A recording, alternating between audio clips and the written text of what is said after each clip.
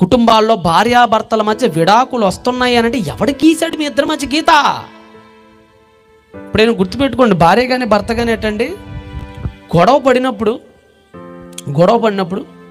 3 నెలలు ఒకటే పనిగా ఒకళ్ళనొకళ్ళు మాట్లాడుకోకుండా ఉంటే 90% విడాకులకు వెళ్ళిపోద్దట కేసుది. 90% విడాకులకు వెళ్ళిపోద్దట కేసు. కొంతమందికి చాలా ఇగో అండి. ఎంత ఇగోనో తెలుసా?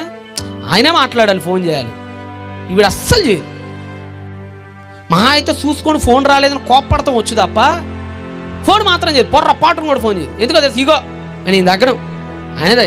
వీళ్ళకి ఎలా ఉంటుందంటే తగ్గితే ఏదో చులకనైపోతాం అన్నట్టుగా, తగ్గితే ఏదో మేము చేతగాని వాళ్ళకి మళ్ళీ కనపడతాం అన్నట్టుగా వ్యవహరిస్తుంటారు. మగాడేమన్నా తక్కువ? అదే చేయాలంటాడు. ఎవరి కోసం చేస్తుంది? ఆడే చేయాలి.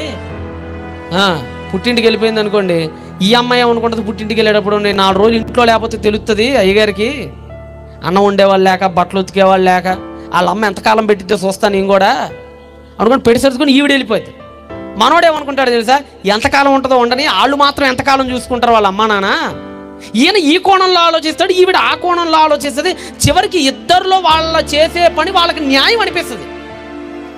కానీ గుర్తుపెట్టుకోండి, మీ ఇద్దరు చివరికి విడిపోతారు మీ ఈగోల వల్ల. గీత ఎప్పుడు మీ దగ్గర తెచ్చుకోకండి. కొన్ని చీరలు ఉన్నాయనుకోండి, కొన్ని చీరలు, నా తల్లుడు నా చెల్లెలు అక్కడ చాలామంది చీరలు కట్టుకున్నారు, చాలా అందంగా ఉన్నారు మీ అందరూ. You are so beautiful. మీ చీర చెంగి ఎక్కడైనా చినిగింది అనుకోండి పొరపాటున, ఆ చినుగు అంతటితో ఆగిద్ది అంటారా? చెప్పండి అమ్మ. ఏదైనా ఒక బట్ట, ఏదైనా ఒక గుడ్డ ముక్క తీసుకుని ఎలా వెళ్ళేటప్పుడు ఏ మేకుకో లేదంటే ఏ పదునైన వస్తువుకో అలా చినిగింది అనుకోండి ఒక అంగుళం, ఆ చినుగు అంతటితో ఆగదండి. ఏమైంది ఆ చినుగు? నువ్వు లాగుతా ఉంటే వస్తూ ఉంటుంది, లాగుతా ఉంటే వస్తూ ఉంటుంది.